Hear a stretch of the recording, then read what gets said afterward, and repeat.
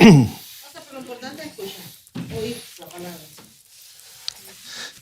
Estamos estudiando el libro El Sistema Levítico. Dicho libro, si lo quieren en español, lo tengo. También lo tengo en inglés. The Levitical System. Si me lo solicitan por internet, se los puedo enviar.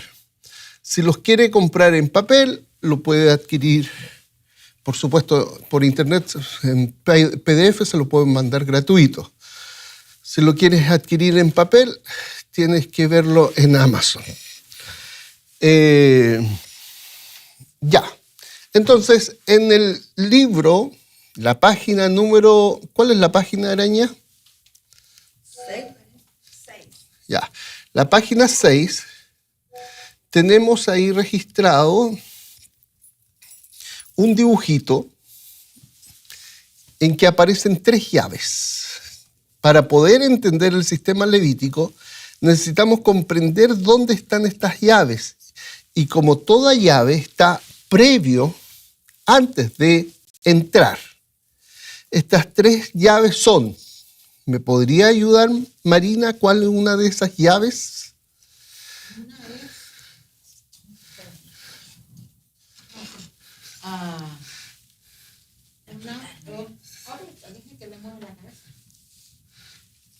¿El pacto? Ok, una de las llaves es el pacto. Antes de entrar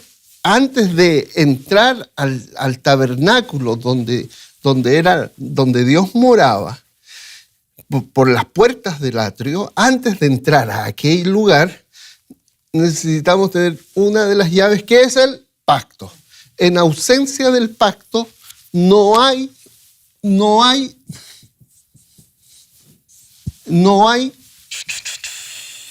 sistema levítico. El pacto lo encontramos en Éxodo 24, ¿ya? El pacto. Pero el pacto implicaba, después del pacto venía otra llave. El lugar para el encuentro. Ok, el lugar de encuentro. Y ese lugar de encuentro estaba dado por el tabernáculo. Ahora, lo interesante cuando hablamos del lugar de encuentro, que en Éxodo 25 empieza Dios a darles instrucciones acerca del tabernáculo. Y fíjense, en Éxodo 25, si en Éxodo 24 está lo que es el pacto, Éxodo 24 empieza Dios a hablar del tabernáculo. El tabernáculo, ¿cómo está construido? Hay un atrio con su cerco y adentro hay una carpa dividida en 2, ¿ya? Pero a la entrada está un altar de bronce, y acá hay un lavatorio, un lavacro, y aquí en este lugar, que se llama el lugar santo, esta carpa dividida en 2, la primera parte, el lugar santo, está una mesa con 12 panes, un candelabro donde se enciende, y acá hay un incensario de oro, que también se llama altar de oro. Pero en la parte más adentro, está lo que se llama el arca del pacto, y que tiene una tapa esa arca, porque básicamente es una caja de madera recubierta de oro que tiene una tapa. Esa tapa se llama propiciatorio. Acá está el lugar santísimo. Propiciatorio es la tapa del arca.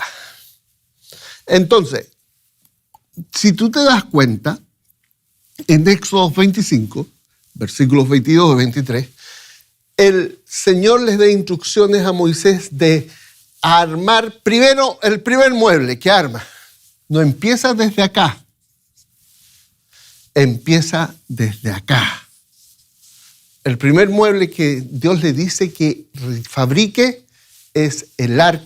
El primer mueble que Dios le dice que fabrique es el arca del pacto con su tapa, con el propiciatorio. Desde adentro hacia afuera empieza la fabricación. Es desde acá hasta acá. ¿Ya?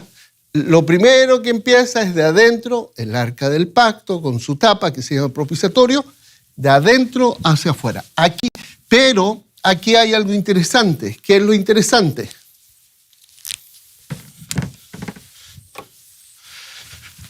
Lo interesante es que hay tres muebles, por llamarlo de alguna manera, que eran limpiados con sangre. ¿Por quién eran limpiados con sangre? ¿Por quién? Y aquí viene la tercera llave. ¿Quién era? El sacerdote. Estas son las tres llaves para entender el tabernáculo. Si no se entienden estas tres llaves, no se entiende todo lo que viene. Y acá hay tres lugares de encuentro, que en realidad estos tres lugares de encuentro conforman uno solo, porque los tres lugares de encuentro se limpiaban con sangre. El primer lugar, el más importante, por decirlo de alguna manera, era el propiciatorio. ¿Qué era el propiciatorio? La tapa del arca del pacto. ¿Ya? El segundo lugar de encuentro era el altar de oro, acá en el lugar santo. Y el tercer lugar de encuentro era el altar de bronce. Los tres se limpiaban con sangre. Pero este es altar de bronce. Porque los tres se contaminaban con el pecado de Israel. ¿Ya? Y entonces, si la persona común, contaminaba por su pecado, por ignorancia, le llama la Escritura, el altar de bronce, tenía que hacer una ofrenda para limpiar el lugar, para después presentar un sacrificio de acción de gracia. La ofrenda no era el sacrificio de acción de gracia. La ofrenda era, esta ofrenda de purificación, era para limpiar el lugar, para después presentar el sacrificio de acción de gracia. Vimos que si uno era pobre, muy pobre, y no tenía con qué limpiar el lugar, lo podía hacer con harina. ¿Ya? Y si no era tan pobre, podía hacerlo con palomas. Y si podía, en el tiempo de día tenía su autito y podía ir para allá, para acá, entonces podía presentar una cabra o un cordero hembra, en el caso de la persona común, solamente para purificar el lugar, para luego presentar alguna ofrenda o sacrificio de acción de gracia o una ofrenda de adoración. Esto era para la persona común. ¿Por qué? Porque este era el lugar de encuentro, pero para la persona común, ¿hasta dónde podía llegar? Era hasta el altar de bronce. Pero para el sacerdote, cuando su pecado, por ignorancia, contaminaba el lugar, la contaminación llegaba hasta el altar de oro. Entonces, el sacerdote tenía que presentar una ofrenda de purificación de un toro, degollaba el animal, agarraba la sangre y llevaba ante el altar de oro, limpiaba el altar de oro con sangre y después podía seguir encendiendo el incienso. Antes no. Si es que él tenía algún pecado, que es por ignorancia, tenía que hacer esto. ¿Por qué? Porque el que se presentaba al lugar tenía que tener el lugar limpio. Después de tener el lugar limpio, podía presentar el incienso. Ahí. Esto era para el sacerdote. Entonces, esto es para el sacerdote. al altar de oro. Pero el propiciatorio que está acá, el más adentro, era el sumo sacerdote. ¿Ya? Pero en realidad estos tres lugares tenemos que entenderlos como uno solo. ¿Ya? Si lo entendemos como si estuvieran separados y no interconectados, es como no entenderlo esto. Estos tres se han de entender como uno solo, como niveles de acceso y que finalmente cada uno marcan el lugar de encuentro con Dios, desde donde Dios se revela. ¿Ya? Entonces, pero estas tres llaves, fíjense, dijimos el pacto. El pacto da la posibilidad de tener este lugar de encuentro, pero este lugar de encuentro necesita a alguien que lo mantenga, alguien que lo limpie, alguien que sea mediador, porque la gente no va a ir nomás y a hacer las cosas. No, necesita un grupo de personas que va a presentar las ofrendas, los sacrificios y hacer la mantención del lugar. Y ese grupo eran los sacerdotes, pero además estaban los levitas, quienes colaboraban con los sacerdotes. Pero quienes presentaban las ofrendas y sacrificios eran los sacerdotes. ¿Ya? Entonces, ahí tenemos las tres llaves. Y cuando se limpia el lugar, esta cosa recibe un nombre en hebreo. Ahora vamos a ir a ver la escalerita, por favor. El dibujito de la escalera.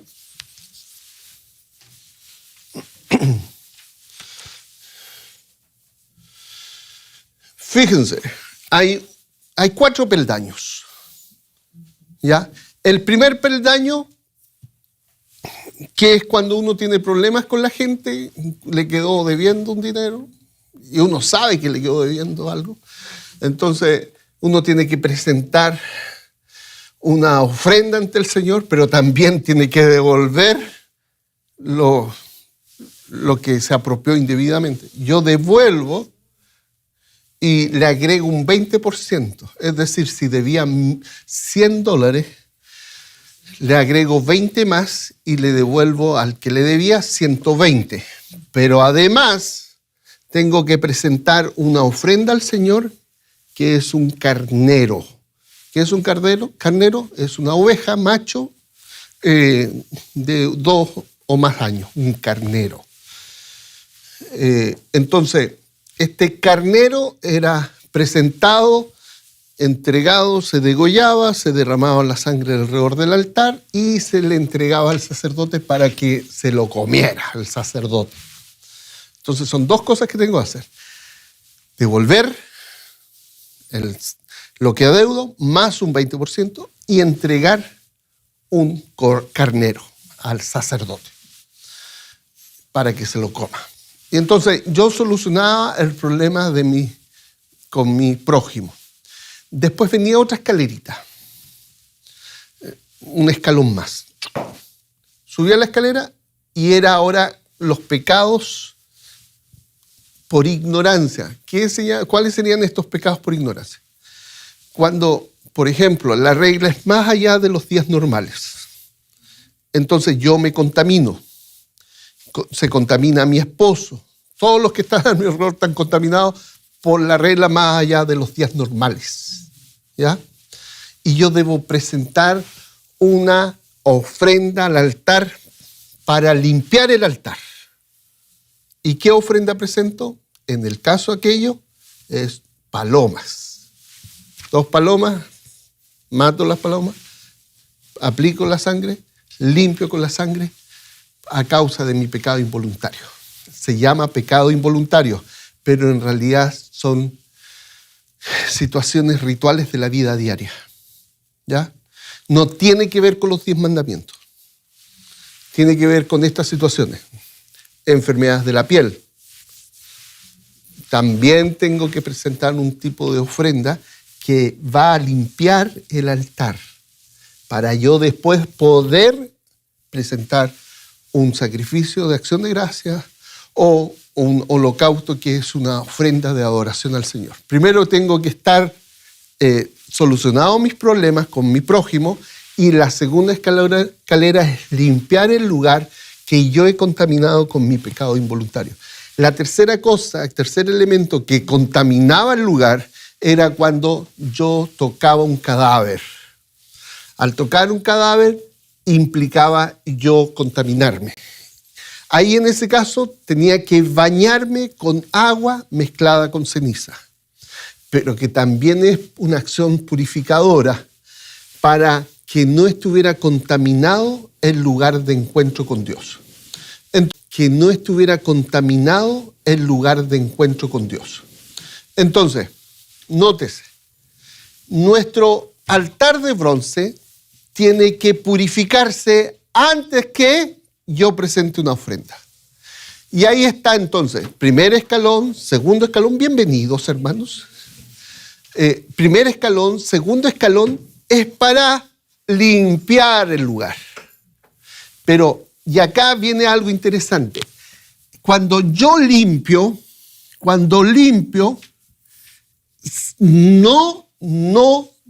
no se le llama sacrificio. ¿Ya? Se le llama ofrenda. ¿Por qué es importante hacer esta distinción? ¿Dónde está el sacrificio? El sacrificio en realidad está después del escalón, del segundo escalón. Primero está el primer escalón, ofrenda por la culpa, cuando le debo a los hermanos y tengo que devolver y agregarle el 20%, y ahí presento un carnero.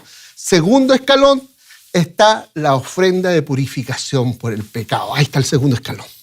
Todavía no le llamo sacrificio. Y viene el tercer escalón. Recién ahí le llamo sacrificio. ¿Por qué?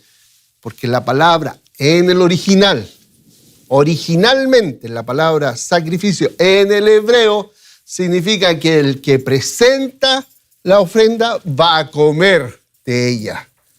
En ausencia de ese acto de comer de ella, no hay sacrificio. Entonces, primer escalón, segundo escalón, no se come, entonces no se llama sacrificio. Tercer escalón, ahí se come, ahí se llama sacrificio. Pero lo esencial es que aquí empieza, ya no hay miedo, sino que hay gozo. Del tercer escalón empieza el disfrute, la pachanga, la fiesta. Tercer escalón. Hay comida, hay gozo, hay alegría. Y en el cuarto escalón es la presentación de un holocausto, que es que yo tomo el animal, lo degollo, derramo la sangre al costado y lo presento delante de Dios y se quema entero en olor fragante al Señor. Y ahí todavía continúa la pachanga, continúa el gozo de parte de Dios y de parte mía. En ausencia de gozo no hay adoración. Y aquí también algo importante. El gozo es la clave para entender también la expiación. ¿Por qué? Porque finalmente la expiación es que Dios me acepte, porque he sido lavado de mis pecados, limpiado de mi maldad, y Dios me puede abrazar, porque en Cristo he sido perdonado. Y en el abrazo del Padre, esencialmente hay gozo del que abraza y del que recibe el abrazo. ¿Ya? ¿Entonces, están en desacuerdo? Ya, pero si no entendemos que en Éxodo 24, ya ahora voy a volver a nuestras tres llaves. En Éxodo 24 se presenta un sacrificio de paz. Y en Éxodo 24 todo eso se replica en la cruz de Cristo. Y Cristo, muriendo en la cruz, es nuestro sacrificio de paz. ¿Para qué? para perdón de nuestros pecados. Cristo muriendo en la cruz pasa a ser el sacrificio de paz que inaugura el pacto que permite el perdón de los pecados. Y entonces todo esto puede resumirse como sacrificio para perdón de pecados. ¿Plural o singular? Pecados. Plural. Ok. Pero esas son las tres primeras llaves. Una fue la primera llave. Pero la ofrenda por el pecado, ¿qué diferencia hay entre sacrificio por los pecados y ofrenda por el pecado? La ofrenda por el pecado es el pecado involuntario. Ok. Suponte que cuando te operaron, se detuvo todo normal, pero tú tenías que presentar, si ahora estamos en el tiempo de... tú hubieras tenido que presentar de nuestra escalerita una ofrenda por el pecado. ¿Por cuál pecado? ¿Plural o singular? Por el involuntario. Sí, ¿y cuál sería?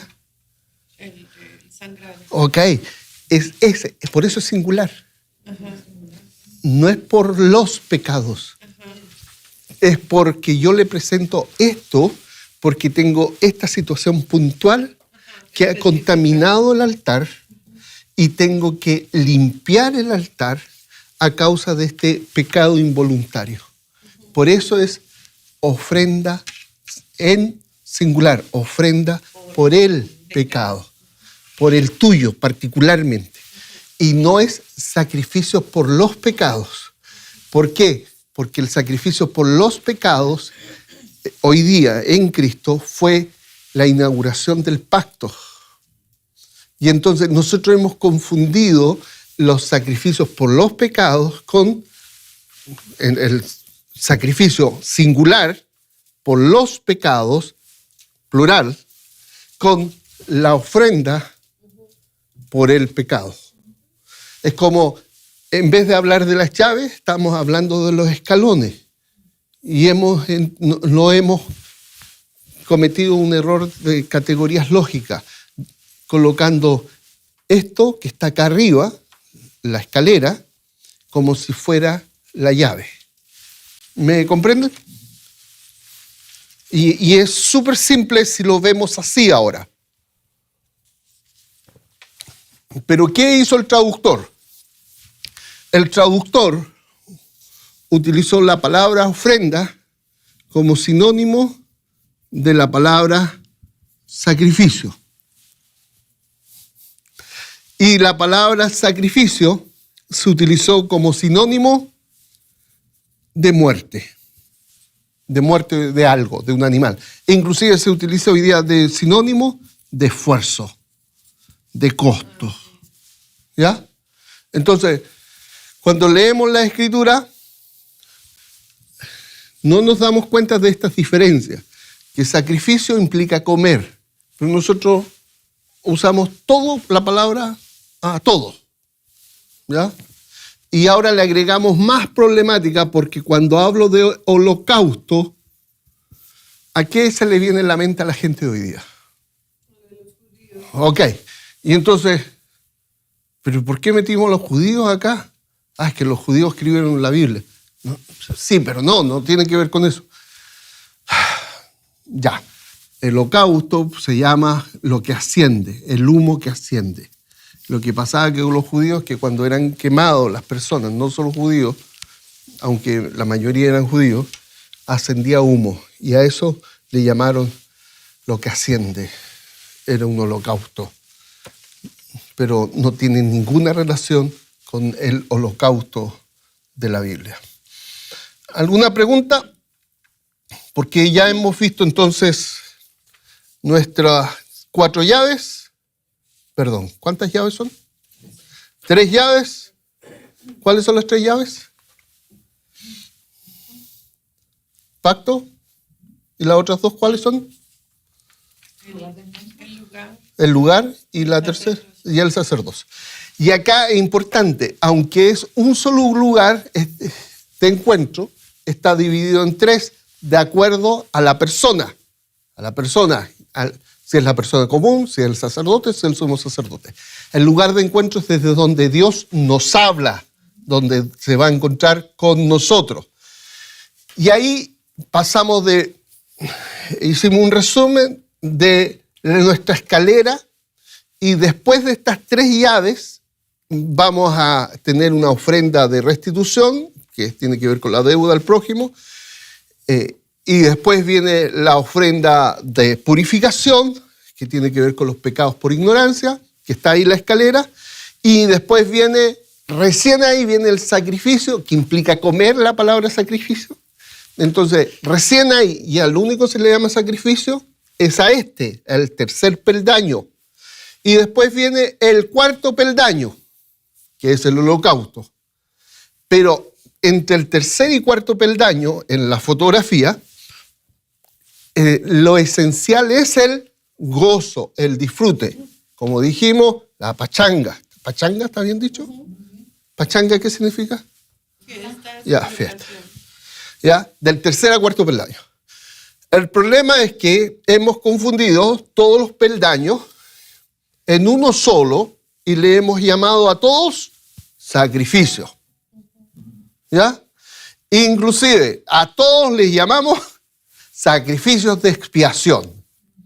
¿Ya? O expiación, tal cual ya ni sacrificio. Sí, y entonces, como no entendemos de qué se trata esto, al no entender estas diferencias que estamos haciendo, colapsamos todo, o sea, lo juntamos todo como si fueran plastilina, y tenemos bien armadito todo, y lo hacemos así, y le decimos a la gente, aquí está el sacrificio expiatorio. Y la gente lo mira y dice, oh, wow, qué bello. ¿Ya? Pero cuando desarmamos y decimos, no, mira, necesitamos tener 3 llaves. El pacto, el sacerdocio, el lugar de encuentro. En el pacto te permite acceder a Dios, pero necesitas un lugar donde acceder y necesitas un sacerdote para mediar. Pero cuando vas a acercarte a Dios, tienes que tener solucionados los problemas con tu prójimo. También tienes que haber limpiado el lugar para poderte sentar con Dios. Y una vez que solucionaste los problemas con tu prójimo, limpiado el lugar, ahora puedes sentarte a comer con Dios en un lugar limpio, en el cual Él disfruta tu presencia y tú disfrutas su presencia. Tú no sales arrancando por miedo, ni Él te vomita por tu suciedad. No. Hay cercanía, comunión. Y además tú puedes presentarte y presentar adoración delante de Él. Pero tienes que tener conciencia de el disfrute mutuo de ese encuentro. ¿Está claro?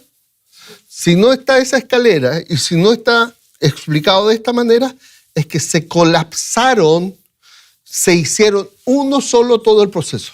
No se entendió nada. Ya. Entonces ahí llegamos al capítulo 2, el verdadero objetivo. ¿Cuál es el verdadero objetivo?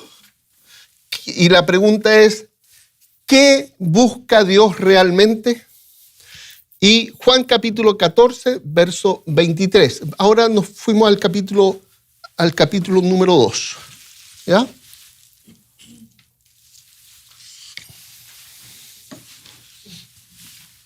El capítulo 2 dice, ¿qué busca Dios realmente?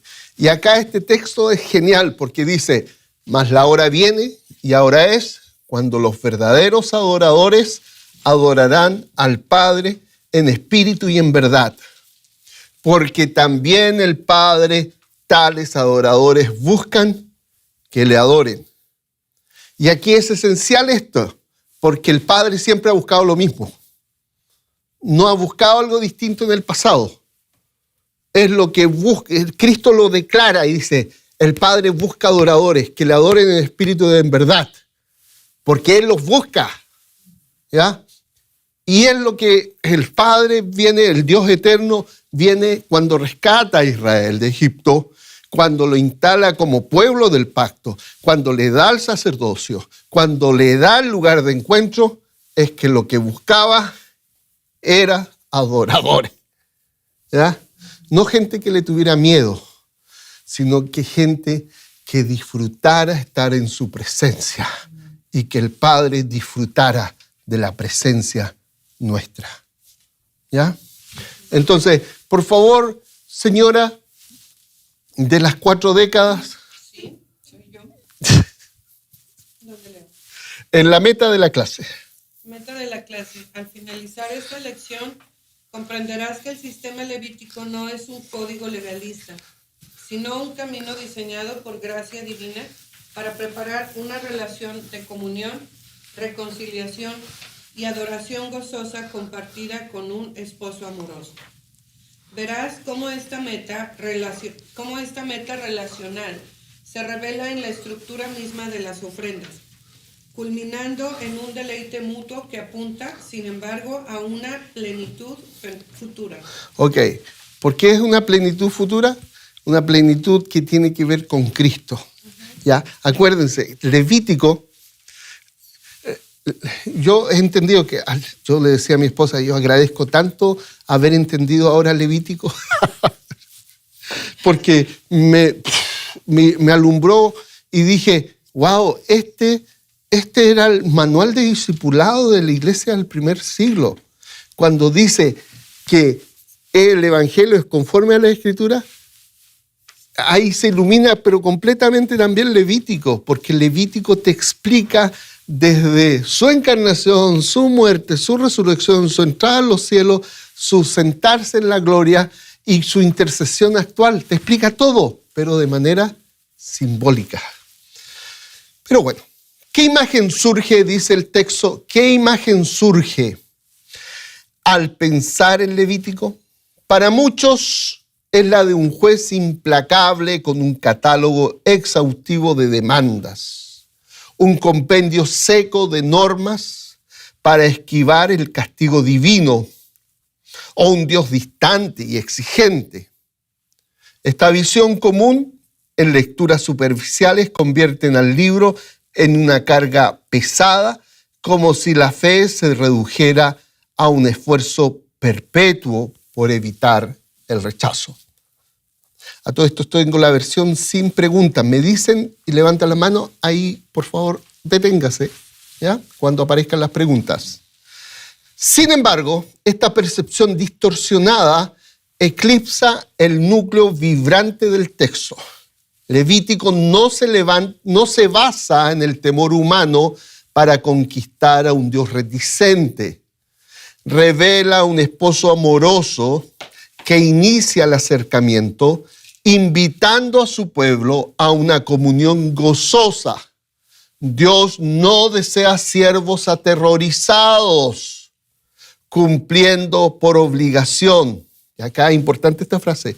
Dios no desea siervos aterrorizados, cumpliendo por obligación, sino adoradores que respondan con alegría a su amor incondicional. ¿Ya? Adoradores que respondan con alegría a su amor incondicional. Esto cambia absolutamente, ¿eh? ¿Ya? Es como, ¿qué Dios quiere?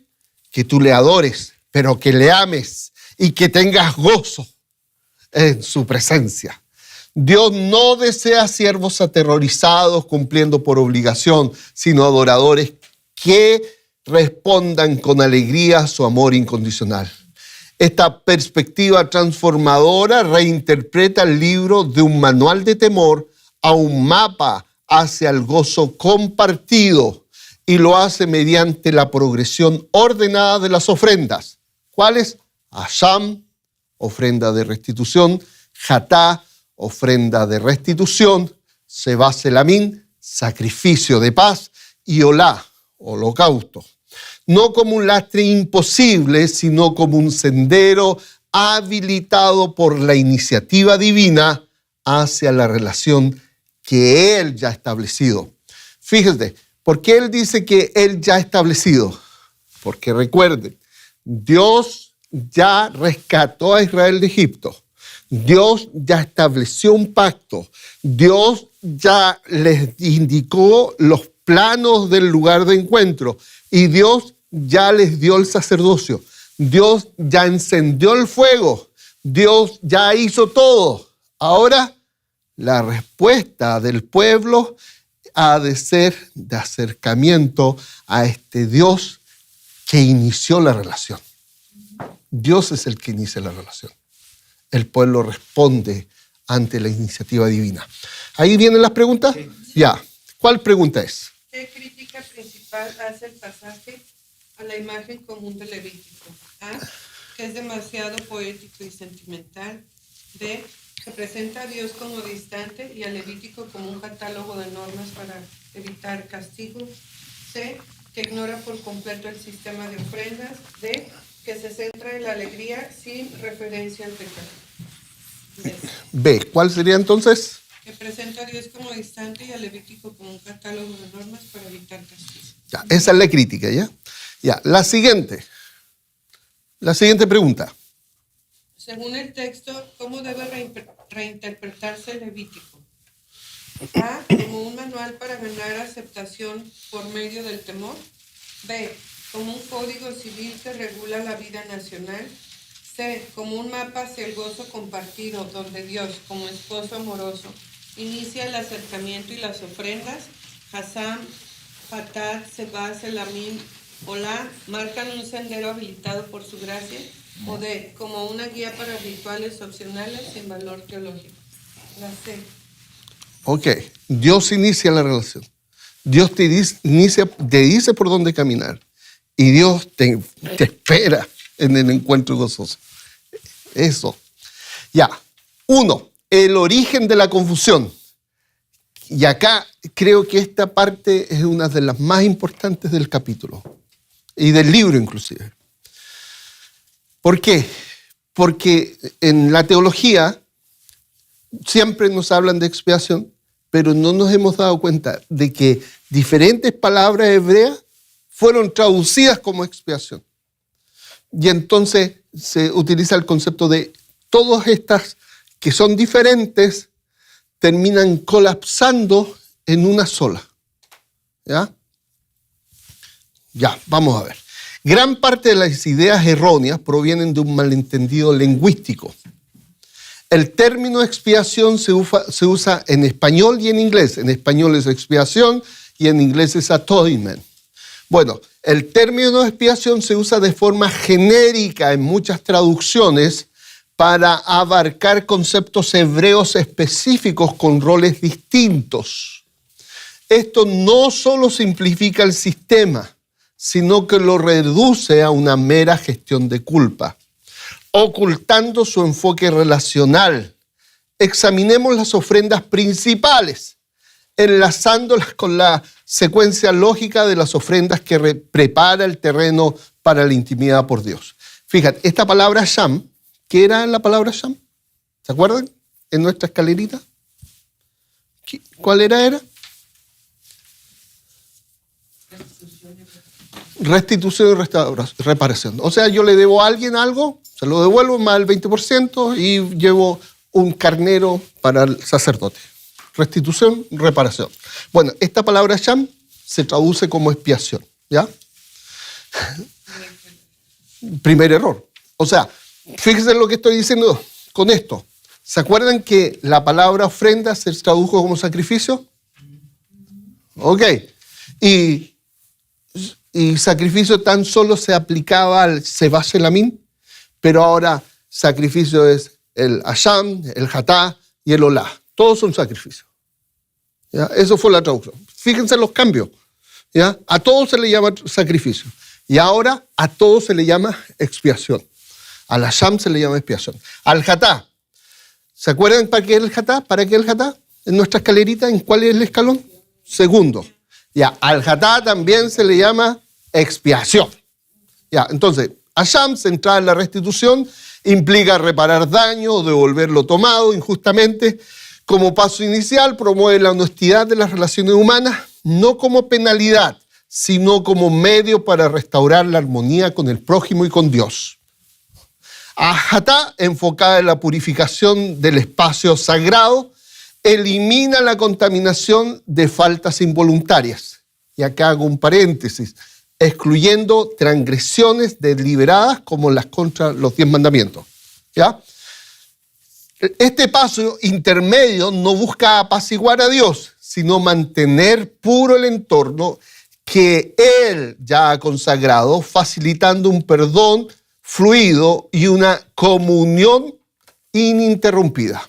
El Jatá lo que busca es limpiar el altar. ¿Para qué? Para que yo después presente un Sheva Selamín. Y ahí viene el Sheva Selamín. Represente una comida de comunión y celebración compartida con Dios. No es un pago por deuda, sino una fiesta que honra la paz ya concedida. ¿Ya? Y después del Sheva Selamín, viene el Olá, que simboliza la entrega completa en adoración, consumida íntegramente y ascendiendo como ofrenda aceptada. Surge de la relación ya forjada, no como intento de obtenerla. ¿Ya? ¿Estamos? Entonces, estas 4 palabras se tradujeron como expiación. Y estas 4 palabras también se tradujeron como sacrificio. Y entonces, si las traducciones y los intérpretes, ¿y desde dónde viene esto? Desde una traducción hecha en el 400 después de Cristo por nuestro hermano Jerónimo, que no entendía estas distinciones. Y nosotros agarramos de ahí para adelante todo lo demás. Al unificar todos los conceptos hebreos anteriores bajo la palabra expiación, se pierde esta progresión intencional. No un ciclo de culpa y remedio temporal, sino creo que aquí venían las preguntas. No. Ok. Al unificar todos los conceptos hebreos anteriores bajo la palabra expiación, se pierde esta progresión intencional. No un ciclo de culpa y remedio temporal, sino un trayecto guiado por Dios. Esto es lo que es la escalerita, un trayecto guiado por Dios desde la gracia inicial hasta la adoración culminante. El fin último no reside en la reparación o limpieza, herramientas necesarias, pero transitorias. ¿Para qué Dios te perdonó tus pecados? ¿Para que te quedes? ¿Para que te quedes ahí limpia? No, para que tengas comunión, para que seas un adorador, para que te goces en su presencia y Él se goce con tu presencia. Un gozo mutuo en la presencia del Señor. Bien, hijo amado. ¿Ya? En ausencia del gozo no hay adoración. ¿Ya? Entonces, el fin último no reside en la reparación o limpieza, herramientas necesarias, pero transitorias, sino en avanzar hacia una conexión viva y alegre con Dios y la comunidad, una adoración que el Padre acoge con placer genuino. Esta estructura subraya que Dios no comienza con exigencias, sino con su provisión gratuita, convirtiendo el temor en confianza relacional. ¿Está claro?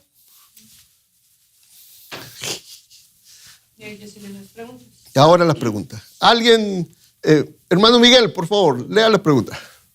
¿Cuál es el principal problema de usar expiación de forma genérica en las traducciones?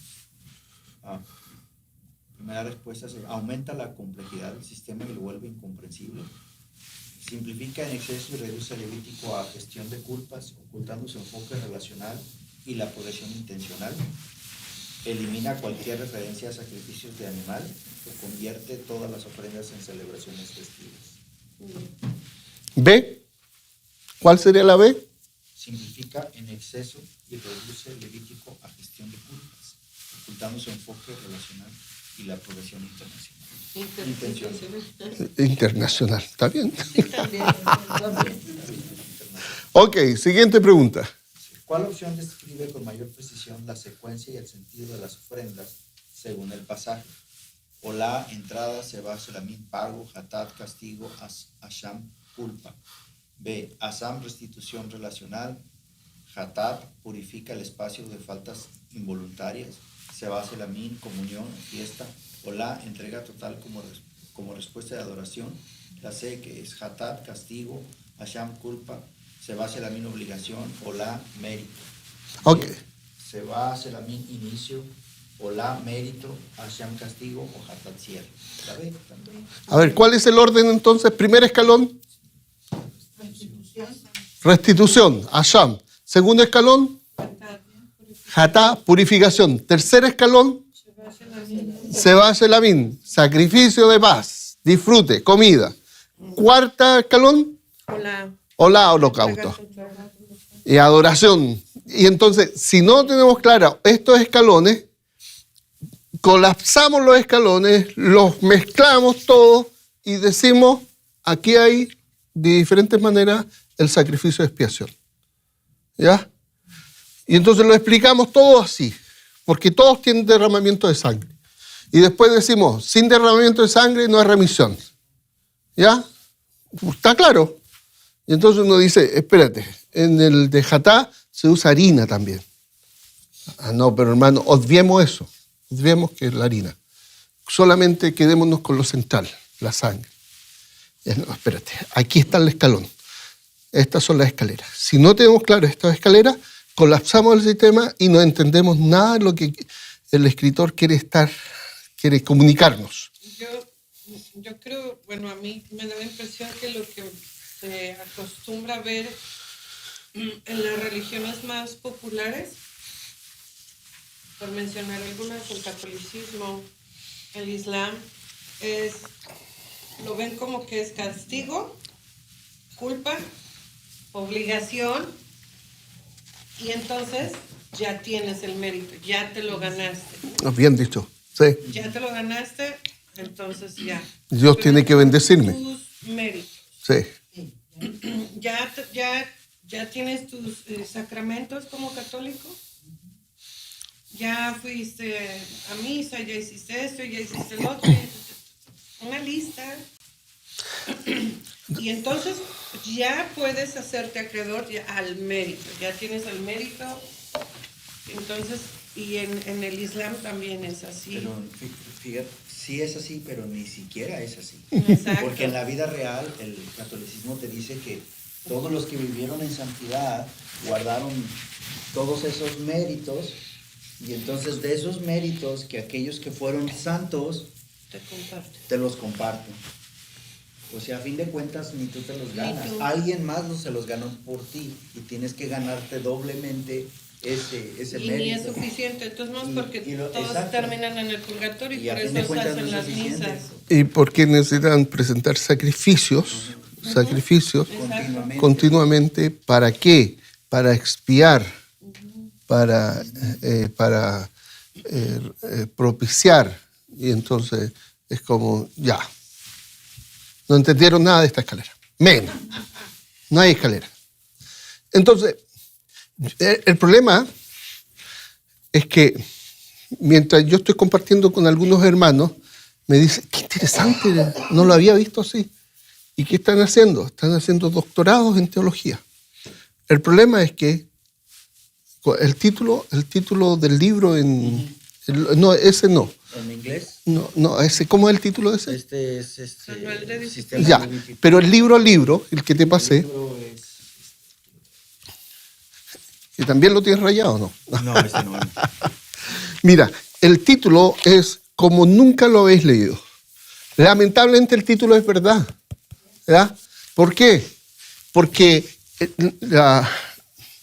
es visto, el autor del libro tiene formación en algo que se llama sistemas. ¿Ya? Sistemas y cómo esto se aplica, los sistemas vivos, como una célula, cómo se aplican a los sistemas sociales, a las relaciones sociales. Entonces, el enfoque es como decir, Levítico es un sistema vivo, que está organizado y que tiene un propósito. Y entonces el autor dijo, el propósito es el gozo. Pero además el autor dijo, pero Levítico está al revés. Levítico 1 es el ideal y tenemos que darlo vuelta para comprender. Y entonces, Pero además el autor dijo, pero para entrar en Levítico, tú tienes que comprender que hay 3 llaves previas. El pacto, el sacerdocio y el lugar de encuentro. Si los mezclas, desordenas todo. Entonces, humildemente y gozosamente, el Espíritu del Señor hizo que el autor hiciera algo genial que nunca se había hecho. ¿Ya? Y estoy profundamente agradecido con eso. Entonces yo le decía a un hermano, decía, mira, lo que pasa es que él es psicólogo y tiene perspectiva sistémica, pero está haciendo teología. Y los psicólogos le dicen, está haciendo tonteras. Y los teólogos dicen, ¿cómo está escribiendo eso? No tiene nada que ver con esto. Entonces, en los 2 mundos está perdido. No pertenece a los dos. A ninguno. Sí, ya. Veamos el punto 2. El peligro de confundir los medios con el fin. Este es genial también. Equiparar estas ofrendas a un simple control de pecado es como creer que el objetivo de una cena festiva es solo fregar los platos. Pasa por alto la celebración en sí. Muchos interpretan el Levítico como un mecanismo para dejar en paz al pueblo mediante perdón o purificación, perpetuando una fe de temor, una fe de temor donde Dios actúa como árbitro riguroso. Pero esto invierte el orden divino. Dios no espera que ascendamos por mérito propio. Él ya ha provisto el pacto, el santuario y los mediadores, invitándonos a participar. La restitución, el Hasham, la purificación, Jatá, son vitales, pero como preparativos que allanan el camino para lo que Dios verdaderamente anhela, adoradores reconciliados, no meramente absueltos, como afirma Juan 4:23. El Padre, tales adoradores buscan que le adoren, no vasallos temerosos, sino hijos que respondan con alegría. Levíticos 26:12 lo refuerza. Y habitaré entre ellos y andaré entre ellos, y yo seré su Dios, y ellos serán mi pueblo. Eco en 2 Corintios 6:16. Esta promesa trasciende el alivio temporal, expresa el deseo divino de una presencia compartida y gozosa.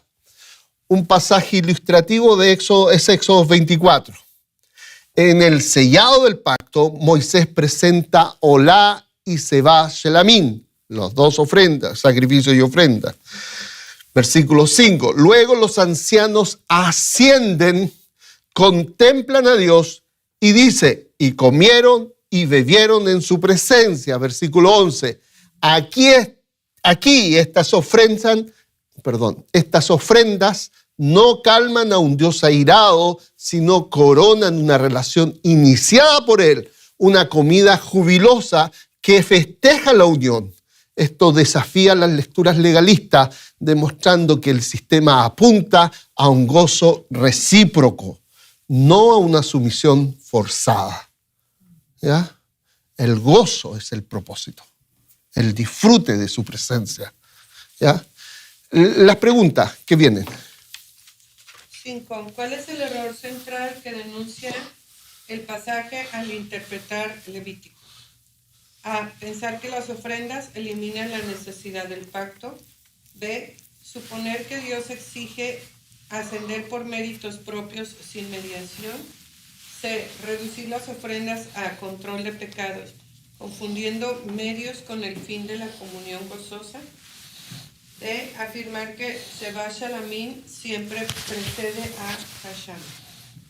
¿Cuáles? La C. Reducir las ofrendas a un control de pecados, confundiendo medios con el fin de la comunión gozosa. Acuérdate que en la perspectiva tradicional todo tiene que ver con control de pecado.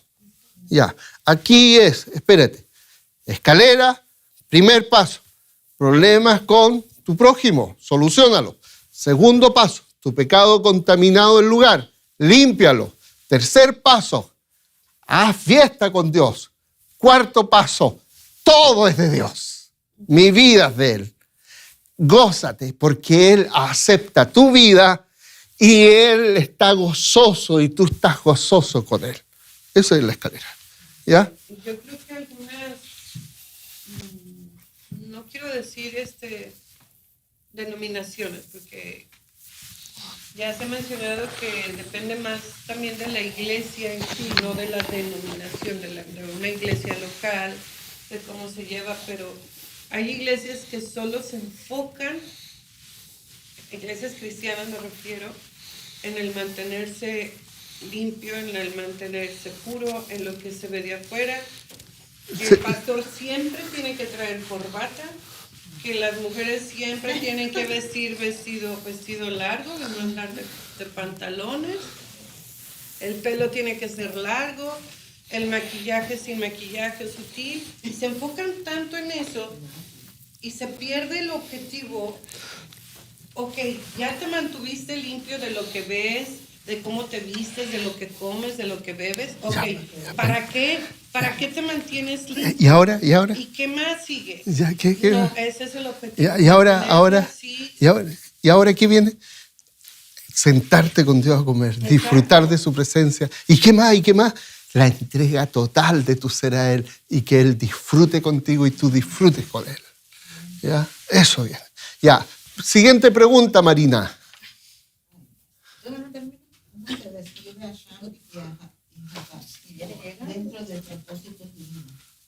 A. Como fines en sí mismos que garantizan aceptación plena. B. Como ritos opcionales que pueden omitirse sin afectar la comunidad. C. Como preparativos vitales, restitutivos y purificación que llaman el camino para adoradores plenamente aceptados. D. Como mecanismos para dejar en paz a Dios y evitar el castigo. ¿Cuál sería? Aunque leíste mal, llaman, debería decir llanan. Allanan. Como preparativos vitales. Como preparativos vitales de purificación, restitución, purificación, que allanan el camino. Que allanan el camino. Que Allanan, lo alisan. ¿Para qué? Para estar en su presencia, disfrutar de su presencia. ¿Ya? Y entonces, el problema nuestro, otra vez, mezclamos todo y a todo le llamamos sacrificio, y a todo le llamamos expiación, y a todo le decimos que tiene relación con limpiar nuestros pecados. Todos limpian nuestros pecados. ¿Ya? Y al hacer eso, confundimos todo lo que Levítico nos está enseñando. ¿Ya? Oremos. Señor, bendice esto en nuestros corazones, que tu Espíritu Santo continúe hablando a través de tu palabra a nuestras vidas y que podamos gozarnos y disfrutar de tu presencia.